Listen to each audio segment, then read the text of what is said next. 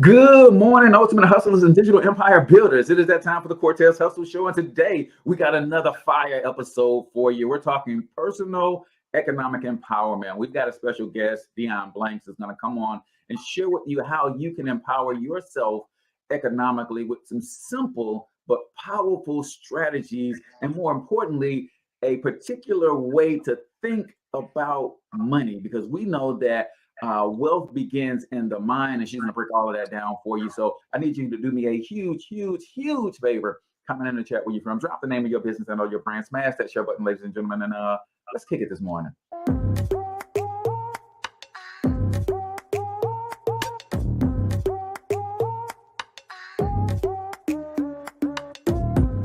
Yo, what's up, Ultimate Hustlers, and welcome to the Cortez Hustle Show, the business podcast for the entrepreneur of the 21st century. And I'm your host, Cortez Hustle.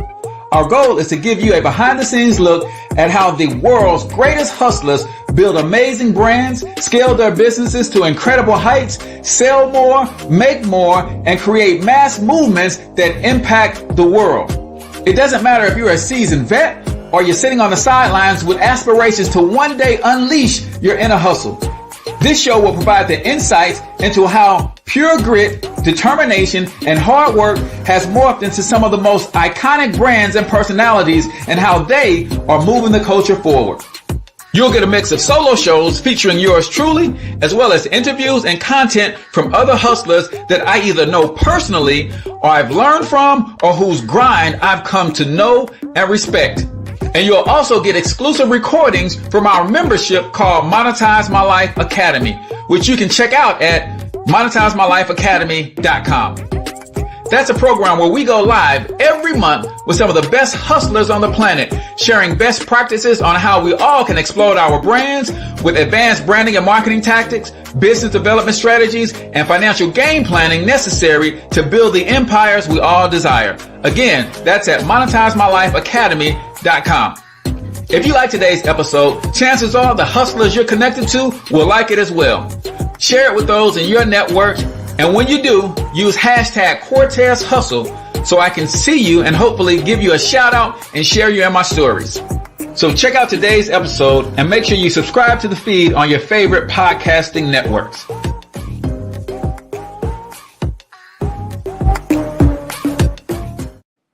All right, ladies and gentlemen, welcome to the Cortez Hustle Show. I am, of course, your host, Cortez Hustle, everybody's favorite fatherpreneur, coming to you live and direct from the Monetize My Life Academy studios right here in St. Louis, Missouri. Listen, you've all been given a gift, talent, special ability, experience, or expertise, and believe it or not, you are sitting on a gold mine. If you would just exercise the courage to take that intellectual capital that you have out here and turn it into a digital product. That's right, an ebook, of course, audio series, something that you can package and present to the marketplace to present what you have to offer. You could literally make a ton of money, and if not a ton, just an extra, $300 to $500 a month is a game changer for most people, and plus you'll be doing something you love. So check out monetizemylifeacademy.com. We can help you do that with the tools, templates, training, resources, and support to make sure that you are doing it in the way that's going to not add stress to your life, but definitely add that passive income. Today, we're talking personal economic empowerment. We have Dionne Blanks hanging out with us today, and she's going to be talking about how you should be thinking about money, some practical strategies that you can deploy to grow your wealth. So I can't wait to get her on the screen. But before we do that, y'all know I got a couple announcements. This morning, Monetize My Life Blueprint dropped last week. So you guys got an opportunity to get the #1 hack to creating digital products. Make sure you check out monetizemylifeblueprint.com. Our office hours, as usual, are back to our regularly scheduled programming every Tuesday night, 7 p.m. Central Standard Time. You can come hang out with us live. If you are part of our Facebook group, Digital Empire Builders Worldwide, then you get access to our office hours. You can ask me questions about business, branding, marketing, social media, all of the things that I absolutely love to do, how to start your own podcast, whatever it is. It's open office hours for me to help you as an entrepreneur grow your business and or your brand. And don't forget, if you're loving the content, man, you can purchase stars through Facebook, and you drop some stars on your boy, and Facebook actually converts those stars into money And that's how we keep this show going. So without further ado, man, I'm going to bring up our special guest for today. Again, her name is Dionne Blanks, and she is amazing at helping you understand the complexities of money, wealth building, so that we can break some generational curses around her. So I'm going to introduce some of you guys and present to others Miss Dionne Blanks. Good morning, Dionne. How are you? Good morning. I am fantastic. How are you? I'm doing extremely well. Happy to have you on the program this morning, talking about one of my favorite subjects on the planet, personal economic empowerment. It is something that not many of us spend enough time thinking about in the right direction. Now, believe it or not, we all think about money all the time, especially when you don't got none. I think Kanye West said it best: having money is not everything. Not having it is. Because when you ain't got it, you got to think about it. Every decision you make, you're thinking about money, right? And we want you to get to thinking about it in the other direction, and the affirmative and the positive. So before we get into who you are and all of that stuff, we start every episode of the Cortez Hustle Show with a quote of the day. And today's quote is from a mentor of mine from years past named Alvin Curry. He challenged me and said, Cortez, if you work hard for every dollar you get, that's a sign that you're financially illiterate. What do you have to say about that, Madam Dionne? I absolutely agree with that but you know what? It's Black people, it seems like we have been programmed to think that we have to work hard. There's nothing wrong with working hard. I grew up with my grandparents, and my grandfather set that work ethic for us. But at the same time, we have to get to a place where we are allowing our money to work for us, so we don't have to work so much.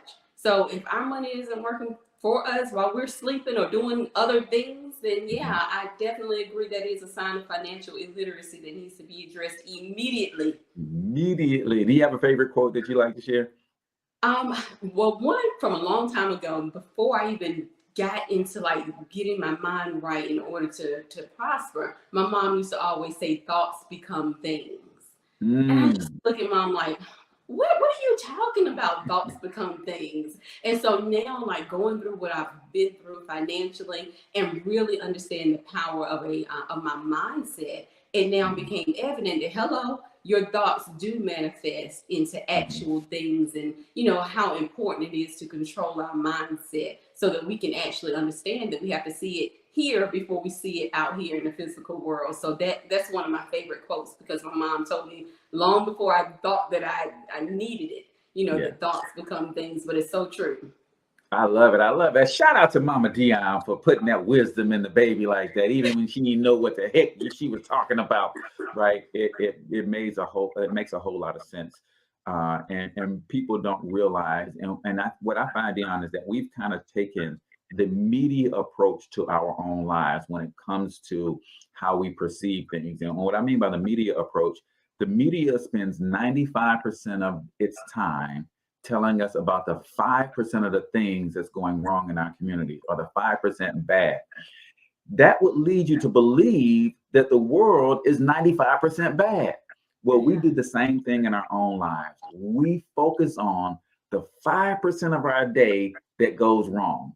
And we walk around and we treat others, and we are in this place where we feel that our life is 95% bad. It's not. We just focused on the 95% bad. So if you flip that thing around and walk in gratitude of the 95% of the stuff that's going right in your life, then you could radically transform. So that, ladies and gentlemen, is the quote of the day right here on the Cortez Hustle Show, the Dionne Blanks version. We've got some links in the comments for you guys to go check out. She's got some amazing programs that help you get your money and your mind right. Dionne, I ask everybody that comes on the Cortez Hustle Show this one question, so you don't get to escape it. I'm going to ask it to you.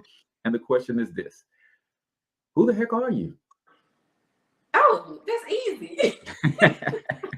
I am a wife. I actually married my college sweetheart, and I am a mother to two boys, 10 and 16 years old. So, you know, I'm going through that whole sports mom thing. But I'm also the founder of the Economic Empowerment Circle, which is a financial education company where I help individuals, especially professionals, mainly women, with developing a positive money mindset, money management skills, and also investment education skills as well.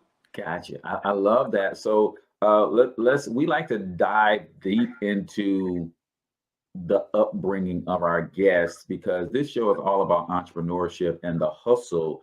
But a lot of times people don't realize that there's a lot of different pathways into entrepreneurship, right? So take us back into young Dionne's life, growing up with grandparents, seeing grandpa work really hard. Did you have any entrepreneurial spirit in you then, or were you just watching mom and dad and was the expectation that you were just going to go to college and get a job and just kind of do the whole 40-40-40 plan? That's a good question. So my childhood I had a great childhood actually. So Hmm. I was raised by a single mother and she had four of us. So I had an identical twin sister, older sister, and an older brother. Okay. But when we turned like elementary school age, she wanted us to actually go to better schools, and we were raised by our grandparents along Hmm. with our mother as well, but Hmm. we lived with our grandparents. And so going through that experience where my twin sister and I were living with my grandfather and grandmother, we got to see how hard he worked for his Hmm. family. He was also an entrepreneur. He grew up, he was an orphan, and grew up in the Jim Crow South and was still able to be an entrepreneur, be able to be a homeowner. He raised his kids, his grandkids, and never complained. And Hmm. so just seeing him just really go out there and get everything that he could get at the time, it just put something in all of us as far as making sure that we did not take the opportunities that we had for granted.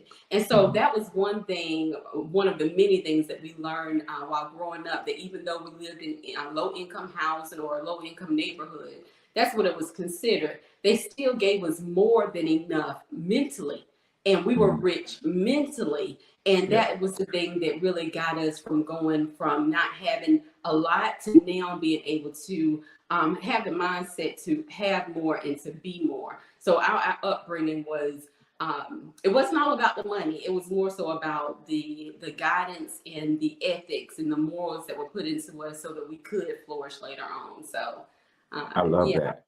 I love that. I was raised by a single mom myself. It's six of us. I'm fourth born of six children, and we grew up on welfare. And I remember, as dire as it was from a lack of resource standpoint, we had lights out for weeks, no gas for months, boiling water on hot plates and stuff like that. But still, all the kids in the neighborhood wanted to hang out at our house, right? It was because my mom created this atmosphere, right, that was just attractive, even though we all often wanted to escape it. I'm like, man, can I spend a night at your house? I can at least take a hot bath at your house, right? Right. But it was something about her mindset, very spiritual. As a young woman, she became a minister and taught us, about God and all that kind of stuff. But the aura that we created, like it, if I went back, there is no way that I would want to live in those conditions. But at the time, like you said, we didn't really know how poor we were because everybody else around us was poor. But then everybody wanted to come hang out with us, so we kind of felt special in that way. So you got a distinct advantage, though, that I think is missing from this generation, and that is you got to get the wisdom of two generations at the same time. Talk about the wisdom from grandma and grandpa, and then how it played out through mom, and how it then filtered into you guys. Because now you go from being raised by a mom who has one level of information, but now you got grandma and grandpa kind of reinforcing what mom has put in, and then they've got their own experiences. Talk about being raised by a grandparent from that standpoint.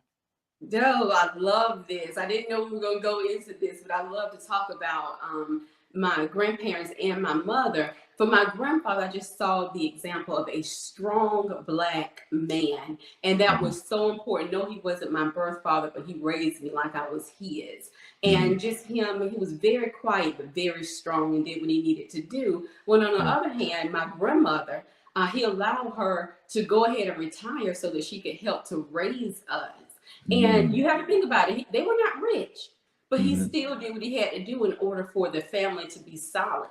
And from my grandmother, even though she didn't work, she managed the money. And so grandma had an envelope for her church ties. She had an envelope just in case one of her grandkids needed something, an envelope for everything. And it's so funny because now when I'm teaching financial literacy and how to actually manage your cash flow, I'm still like, okay, this is the bucket system, but it's really what grandma showed me. It's really what I learned from her. It's so funny because she didn't have a job, but people always knew that they could come to her if they ever got in trouble. So, just thinking about that. How fully functioning grandchildren would come to granny to ask for a couple of bucks for this and that, and she always had it. And so just learning how to live and how to be grateful from them was just an amazing blessing. And then my mother, not only did she teach us about our mindset, but she also taught us about our history and also caring for our community. And so we got the advantage of the grandparents, but then mom was like, okay, now you're about to go with me to these lectures from Jawanza Kunjufu and all of these Black historians and psychologists so we can really understand the power of who we are. And so whenever we did progress in life, we will always know who we were and be able to actually give back to our communities in different ways. And so just having that advantage was something I couldn't even have planned for better myself. And so not having the money, it seems so immaterial now. I'm like, but look at all the things that we did have from them. So it was a blessing. Yeah, all of the richness of everything else kind of trumped not having the financial resources because, the cliche is we have each other, right? But when you have each other in the way that you guys had each other, that hits a little different, right? Sometimes all we got is each other and all you're doing is bickering and fighting all day. That ain't enough, right? But when it is from love and it is from an emotional wellness and hey, these are seeds that will blossom in you 20 years from now that you might not even appreciate right now, but it's got to be this way. We're missing that, right? And I hate that. I was just sharing with my sons just recently that they don't spend enough time with their grandparents. They only spend enough time with us. They got grown and they dipped, right? I'm like, y'all don't spend enough time with us, but y'all certainly don't spend enough time with your grandparents to understand what the world was like and how different decisions will show up 40 years from now. Because for me, I can tell you how something's going to show up that I did wrong 20 years into the future. They can tell you how it's going to show up 40, 50, 60 years into the future. And that's a different type of lesson. So I appreciate you sharing the depths of that. What about high school? Did you take on any of those entrepreneurial traits from grandpa when you got into high school, or were you just head down in the books? Oh, no, it was way before high school, actually. And so when we moved with our grandparents, we were actually, I say shipped, they say bust. We were bussed across the earth, it seems like, to all very wealthy schools that were predominantly white. They were classical magnet schools. These were like the best schools. But while we were the neighborhood, like the house in the neighborhood everybody wanted to come to, and they could get a hot meal and all of that, it became extremely apparent whenever we were bused to these schools that we were poor. Like that was the thing, because in our neighborhood we didn't feel that until we went out into school. And so me and my sister, we started hustling at 9 years old in the 3rd grade. So we started selling these little charm bracelets. They were plastic charm bracelets, but we got 2 of everything. And so my sister Finn and I was like, okay, we only need 1 and we can share that one. So we sold all the charms off of the other one. And we went from that to like Garbage Pail Kids and all these trading cards and stuff like that. And so that entrepreneurial spirit hit very early at 9 years old. And we just continued on that track until high school, where I graduated high school and went on to college to major in finance, because I'm thinking to myself, okay, I want to make money, so it makes sense. Hello, they'll teach me how to make money if I major in finance when I go to school. So that's what I did. It didn't quite work out like that as far as teaching me how to make money and actually gain wealth.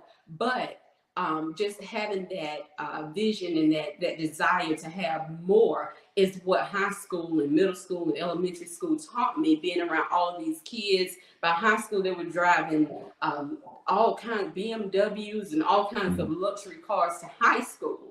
You know, and so it just put something in me that there was more out here, not just materialistically, but there was more out here for me, and that was possible. So we were first generation college students, so it wasn't like there was generations before us that told us how to do this.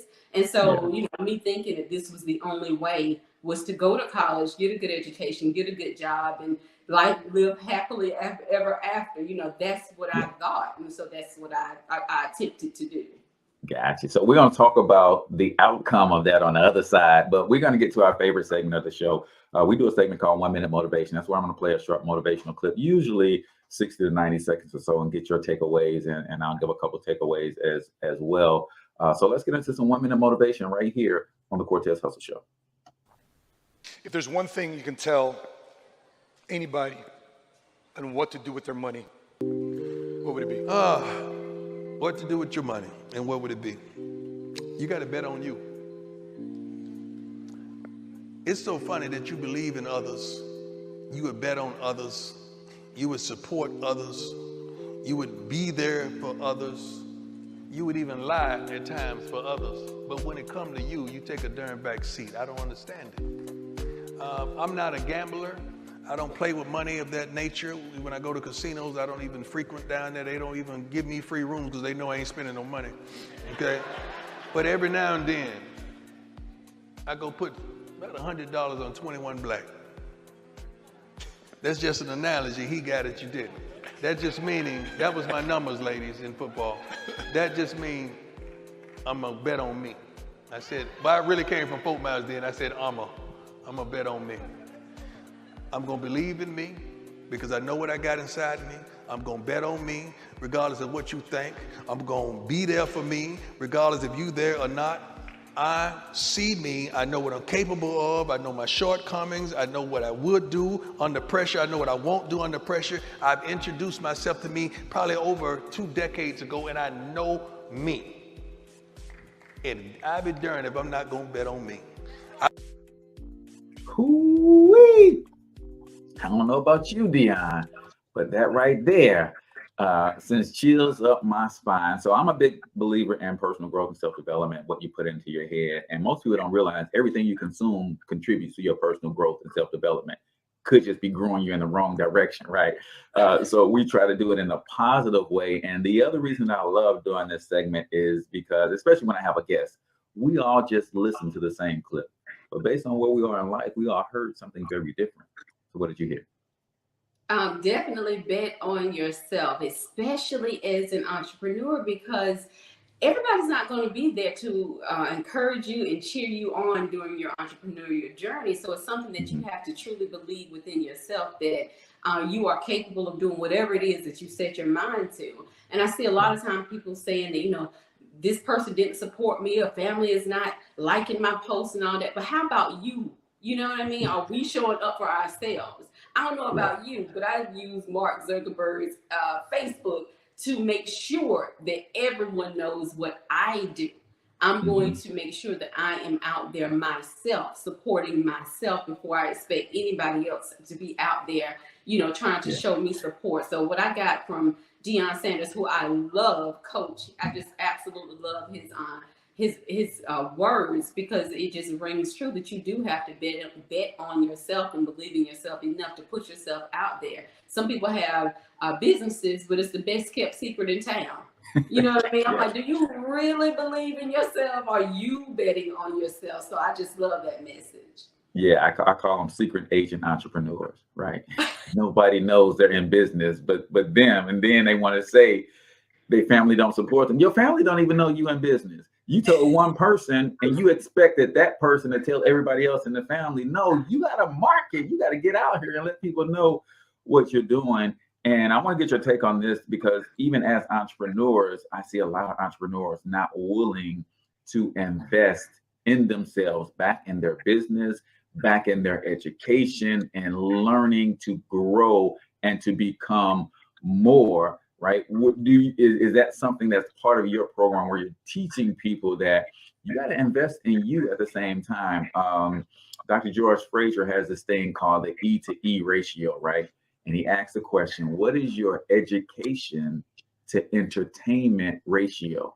Are you entertaining yourself more than you're educating yourself? And I know a lot of entrepreneurs in that boat too, is, hey, I got this business, but you won't take a business seminar to help you become better as an entrepreneur. So how much are you investing in yourself these days? I invest in myself. I can't say too much about the importance of investing in myself. That is why I don't understand when people, have a problem with taking a course or a class or anything that, or even buying a book. I'm invested to the point where I don't watch Netflix series. I don't read, fiction books like that, because I'm in my life where I'm serious about what I want. I'm not just saying that I want this. I'm willing to give up some things to make sure that it manifests. Because, it's not enough to just believe in yourself and to have faith in all of these things. You got to work. And so it comes to the point, you have to decide what is more important. This entertainment that you're willing to pay for, these trips out of the country every month you want to go on and all of that, or are you serious about your business and willing to invest in yourself? So it used to be frustrating as far as me making sure that, people understood the importance of investing in themselves. But now I'm like, I don't even deal with people who say they're serious but not willing to invest in themselves. That's not even that. They're not my people. Gotcha. I love that. So that, ladies and gentlemen, is 1 Minute Motivation right here on the Cortez Hustle Show, brought to you by Monetize My Life Academy. Listen, if you're trying to figure out how to turn your gift, your intellect, your experience, and somebody right now today can use the experience or the lessons that you learned from the experiences that you went through. We'll teach you how to package and present that in a digital format so that you can make some passive income. Check out monetizemylifeacademy.com. So Dionne, I think we kind of moved up through high school, college. What school did you go to? Was it a predominantly white institution? And how did that fare with your upbringing and you knowing who you are? Yeah, I actually chose an HBCU. Okay. A&T. I said, you know what? Let me surround myself with my people from kindergarten all the way to 12th grade. I was a minority throughout that entire time, and so when I went to A&T, I'm like, this is a beautiful thing. It really is. So I enjoyed myself. Like I said, I met my husband, everything at North Carolina A&T. So I enjoyed that, and I really enjoyed being in finance as a major. Of course, I went there to get rich. Yeah, right. But I came out in corporate finance, which is not where I wanted to be. It was just basically learning how to do reporting for a Fortune 500 company. And that was a story within itself as far as being introduced to the corporate world as a Black woman and the toll that it took on my health. And the trauma that I went through with that experience was a whole. I could write a book on that. But so and I want to dive into that too, if you're willing, because I got two major problems with college and university, and probably not with the universities themselves, but the two issues I have is that they are sold to young people as if it's a guaranteed way to success.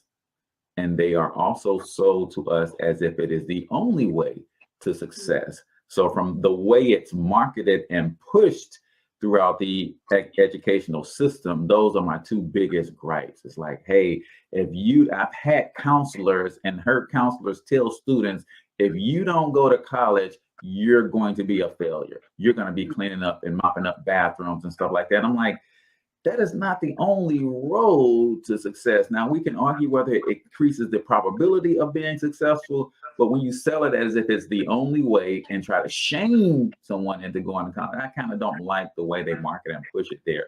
But you came out, and that's always my question when I have a Black woman on the show, is that corporate experience as a Black woman. How was it when you entered corporate with Black magic and Black girl magic in tow, trying to just be your best self and contribute, did you face any of the sexism, classism, of course, racism? Ageism is also a big thing, especially among Black women trying to advance. Like, no, you're too young to be an executive, right? What was your experience like going through all of those things? As you said, it took a toll on your health. Walk us through that a little bit, if you will. Okay, so just going back, whenever I graduated college, I was offered a great position as a financial analyst at a Fortune 500 company. Went there all happy, and then I got into it. I'm like, well, wait a minute, I'm feeling some type of energy that's off whenever I walk into the room. It's like I'm coming into the meeting after the meeting, you know? And so I was not used to that type of discrete type of racism, sexism, classism, ageism, all the isms. It came down on me, and it caused me to start having health issues, to the point where my hair actually started coming out. And I went to my dermatologist. She said, this seems like it's stress induced. You've never had an issue with it before. Is anything going on? And I just broke down right there in the office. I'm like, oh my God, I had bald spots in my hair, and I was diagnosed with alopecia from this whole traumatic, experience of going from a loving environment as far as my family and my HBCU and everything, into this culture that was unfamiliar to me, and I did not know how to maneuver throughout. And so, long story short, I ended up leaving that job and actually going to work for a nonprofit, and it cut my salary about like 50%. But I didn't care. I was out of there. I had to do it for my health. And I wanted to make sure that I was developing a long-term goal of being a great wife, a great mother, and all these things that I wanted to do. I'm like, I don't necessarily want to chase that corporate ladder type thing and become this executive for this company who does not even appreciate me. And so it really made me want to get into entrepreneurship, and that's what I did. I left corporate, started my own company, which was a natural hair boutique and salon, because I wanted other women who were going through what I was going through as far as hair issues to have somewhere to go. And that kind of started my real journey into entrepreneurship as an adult after college.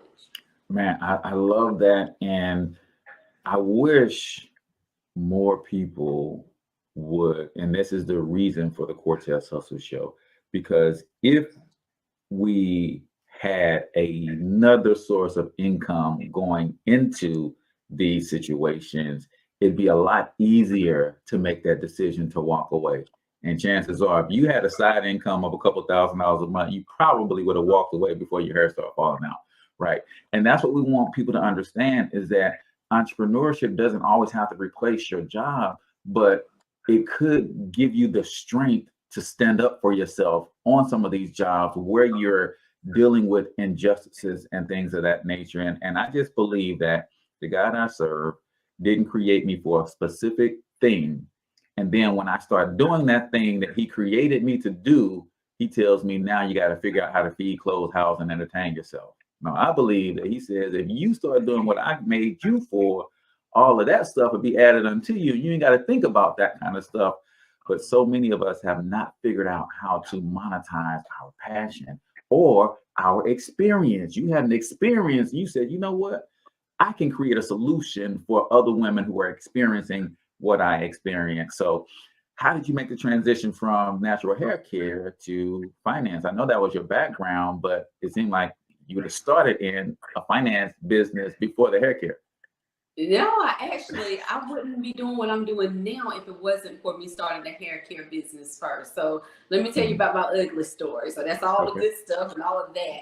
But after I started my hair care boutique, this was in 2009, 2010. At the time, there was no one serving Black women with natural hair. Like, you could not just walk into a store and get products. And so I opened my boutique. I was one of the only ones who was selling products like this.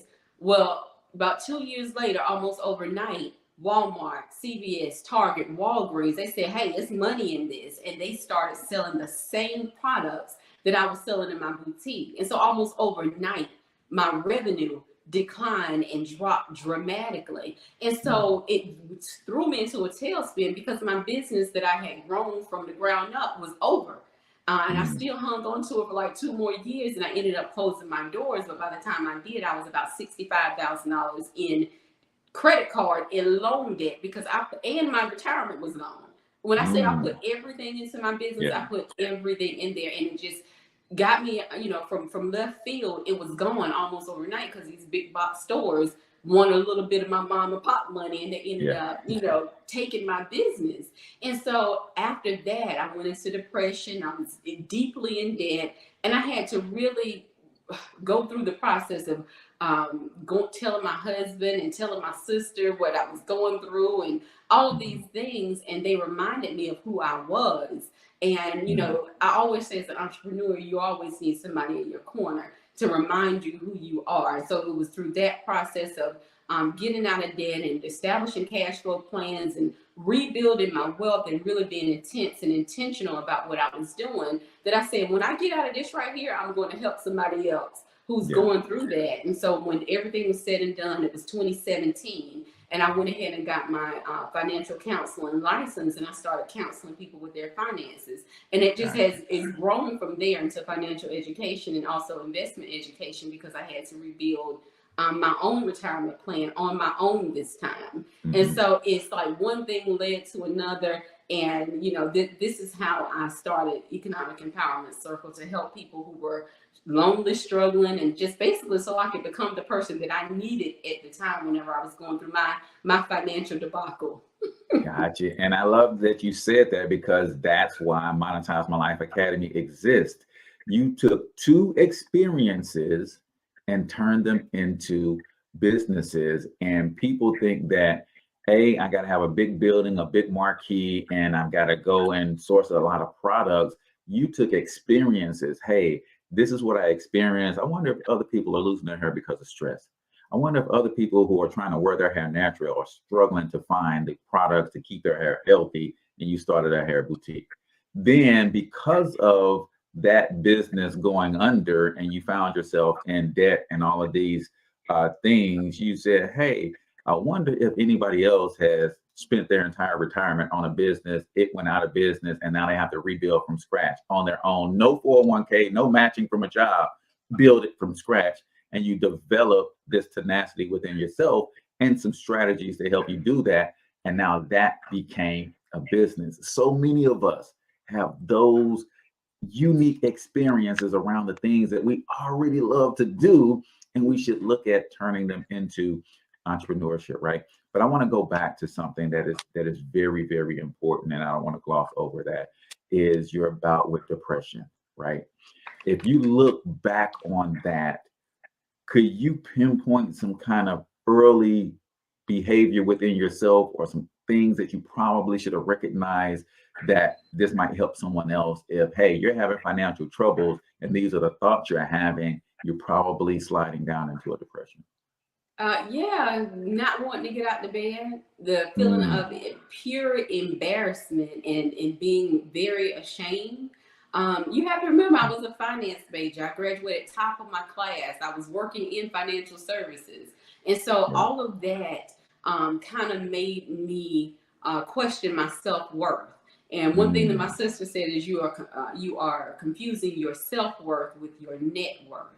And I'm like, wow, that is so true. So one of the things that I look back and I feel so grateful that I got through that experience was just feeling the shame and the embarrassment and my low self-worth because of where I was financially. So, that's something that I can look back on now and say, okay, if I ever start confusing the two, net worth with self-worth, even though I'm financially independent and stable now, that's still somewhere that no matter how much money you have, you can still recognize that in yourself as something that you need to disconnect the two. So I would say that would be my biggest thing. I love that. And in terms of coming out of it, I know you had a loving and supportive family who seemed like they wasn't going to let you stay in it too long anyway. So I know that was one, but did you seek any counseling? Did you need any medication or anything of that nature to kind of help pull you out of it, or was the family love enough? It was family love, honestly, that and getting back to my mindset. It's so weird because, like I said, mom used to tell me stuff all the time, and she gave me books on top of books, like for birthdays books, Christmas books. I'm like, oh my God. So I have a library full of books. I started back reading the Bible. I started back reading those books on the subconscious mind and maintaining how mentally you have to really prime your mind for something new and pull up limiting beliefs. So I did the work. So it wasn't necessarily, of course, it's nothing wrong with counseling. I have coaches for everything now because it's like that's the biggest hack is a coach and a mentor or a counselor, because they help you to work through different feelings and that. But at that time, it was my family, it was me reading, it was the Bible, music played a huge part in that as well. So really just calling on the things that had been put in me from little bitty, from the time before I even knew that I was going to need it. That is what really got me out of that slump. Yeah, I'm reading right now Brendan Burchard's High Performance Habits, and I'm right in the section closer to the back of the book where he talks about avoiding 3 things, right? And one of the things is superiority, and he talks about how you get to a place where you feel like you're better than everybody else, and you stop doing the things that got you to where you are, right? So it sounds like you had to go back to, hey, this is what made me successful in the boutique. This is what made me successful as a college student. This is what got me out top of the class is I was feeding my mind. I was growing constantly, and that pulls you out of a depression. That's amazing. So you have this amazing program that you put together to help primarily women in corporate executives and even aspiring and existing entrepreneurs who are trying to get help and understand the world of finances. I often said, man, we as Black people have dominated everything that we put our mind to. And the only 2 things we've yet to really put our minds to is money and business, right? So what happens if we start really focusing on our finances, right? Talk about some of the things that these women are struggling with and how you help them overcome it. Absolutely. So mainly what I see is high income earners. That's mainly who I work with, is those who have a professional or corporate position. They are flourishing there, but they still do not know what's going on at the end of the month and why they don't have savings. They're not prepared for retirement or financial independence at all. And a lot of that has to do with understanding what they believe about themselves and what they are telling themselves. A lot of them say, I'm not good with money. Who told you that? Who told you that? And so unraveling those limiting beliefs, that's the first thing that we do. And a lot of people don't understand how important developing that money mindset is. And so, that's one of the things that we deal with. And being in a society where just as a community, it's almost like we have to show our wealth and show that we're doing well and we're well off. And, that lifestyle creep is another thing that I see with a lot of the clients that I work with, is that when you make more, you have to get a new car, you have to upgrade your house, you have to show everybody that you are in, these different places and all of those things. So we're not there yet. If you look at the majority of Americans don't have enough to actually cover a $400 emergency. And so something's not adding up here, and so I encourage my clients and my students in the academy, okay, when you come in here, we're going to be real.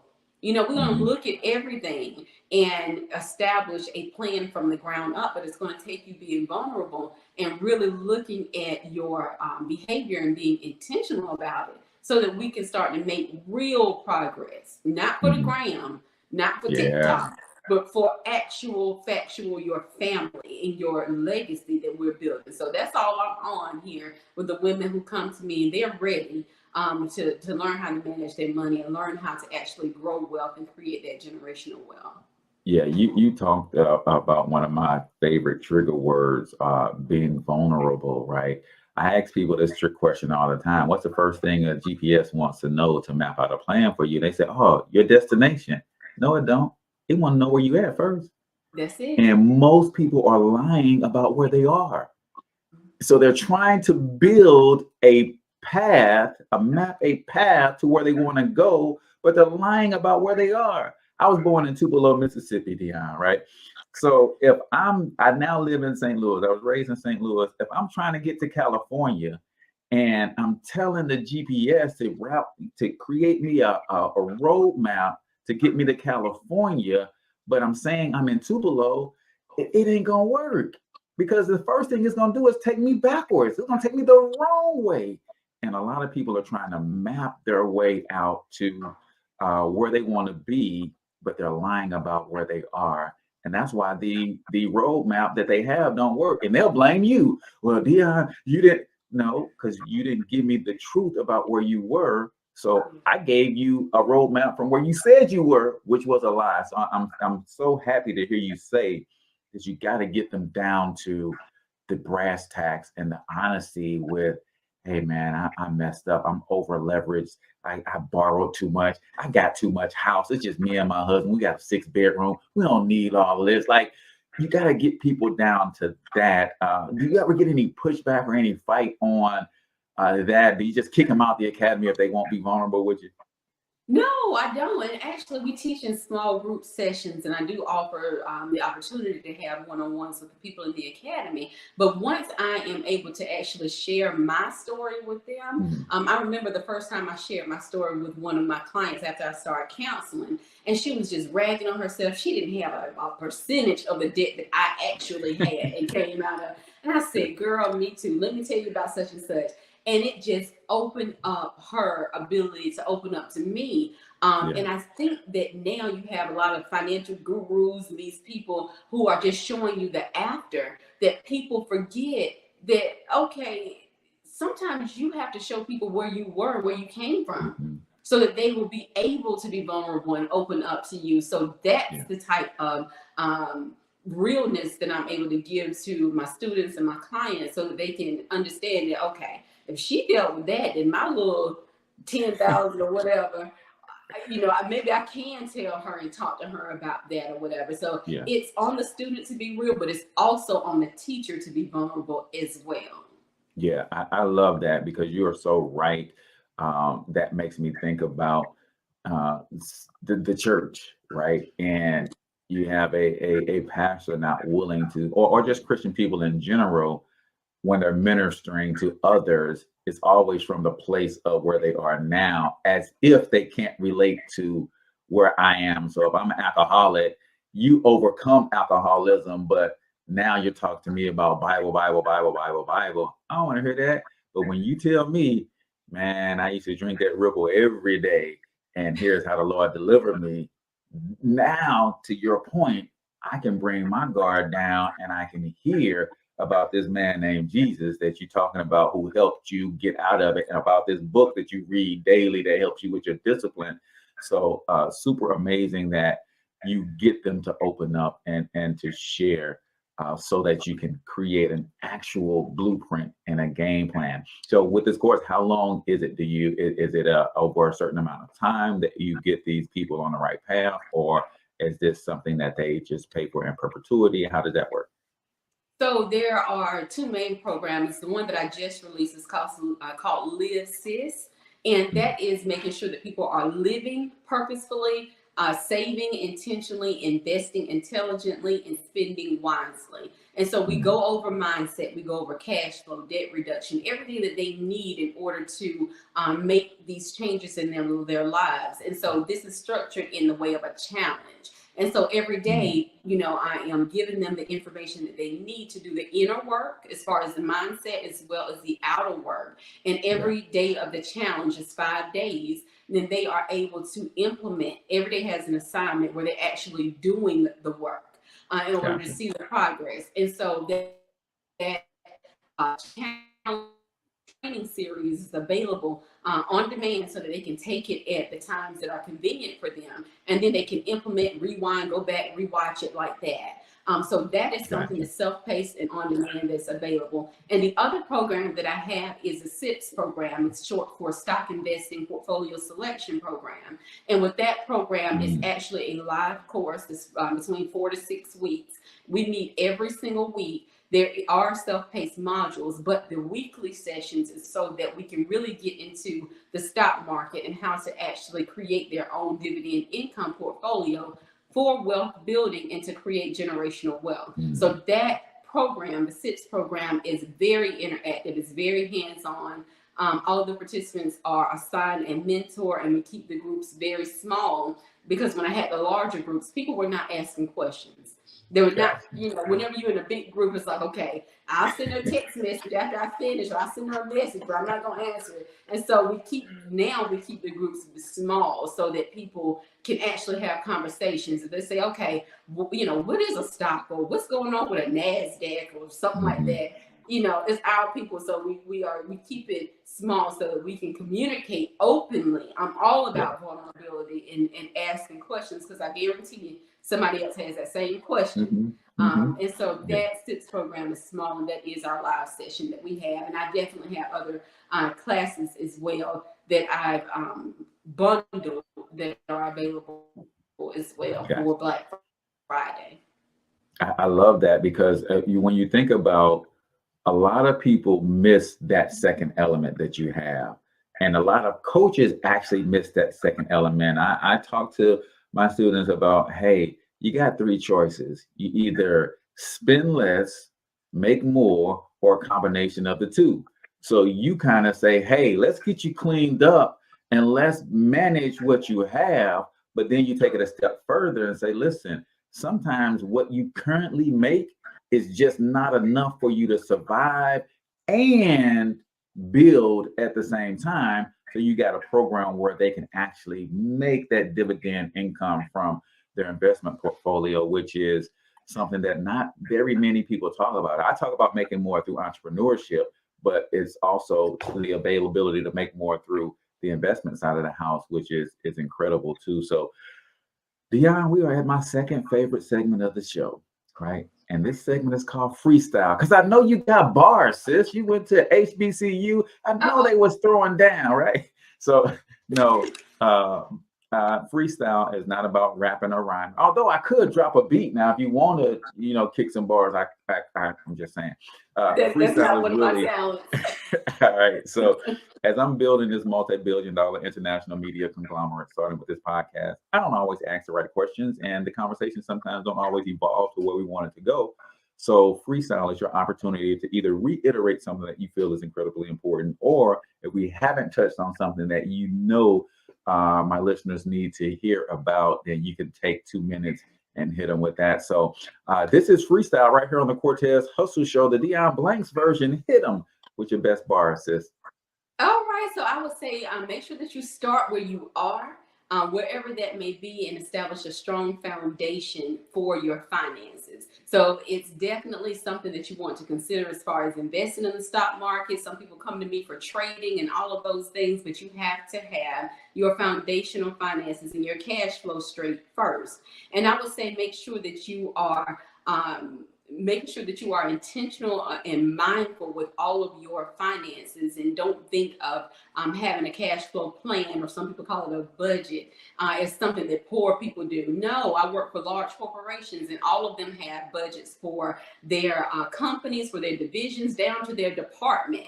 And so it's something that we as individuals need to get back to the basics and then build from there. And of course, I love to assist people with this. This is what I do. And I thank you so much for having me on the Cortez Hustle Show. This has been a pleasure. Awesome. There you go. Boom. Drop the mic. You can't build a legacy skyscraper on a ranch foundation, man.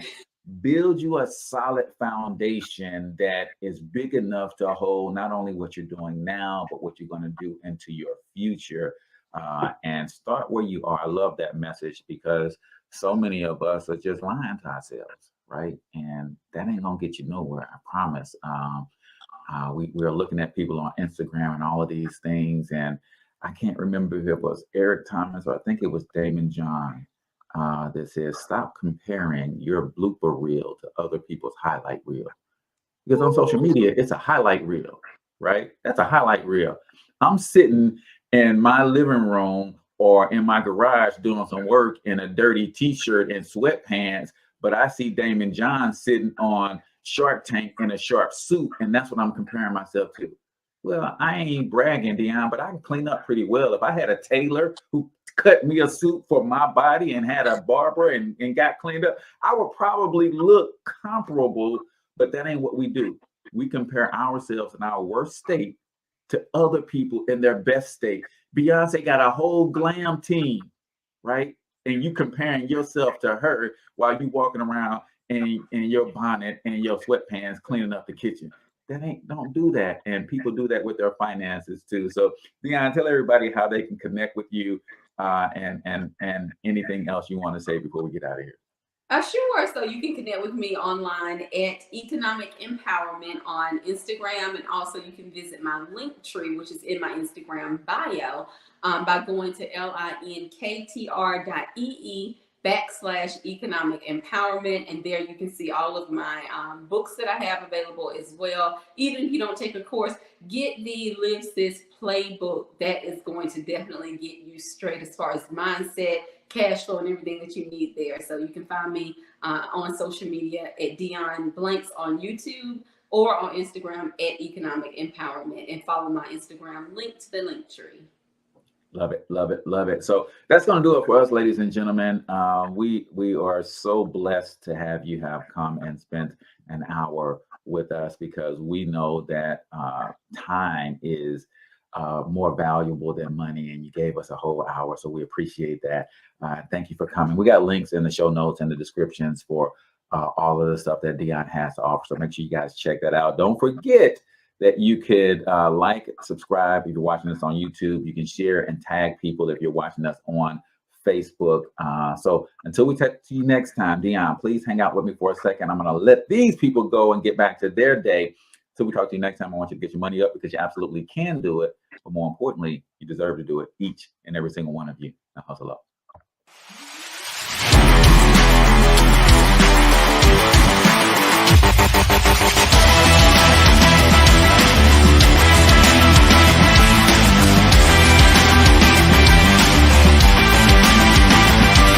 But you've got to overcome fear if you're going to win. You're tuned into the Cortez Hustle Show. Please like and subscribe.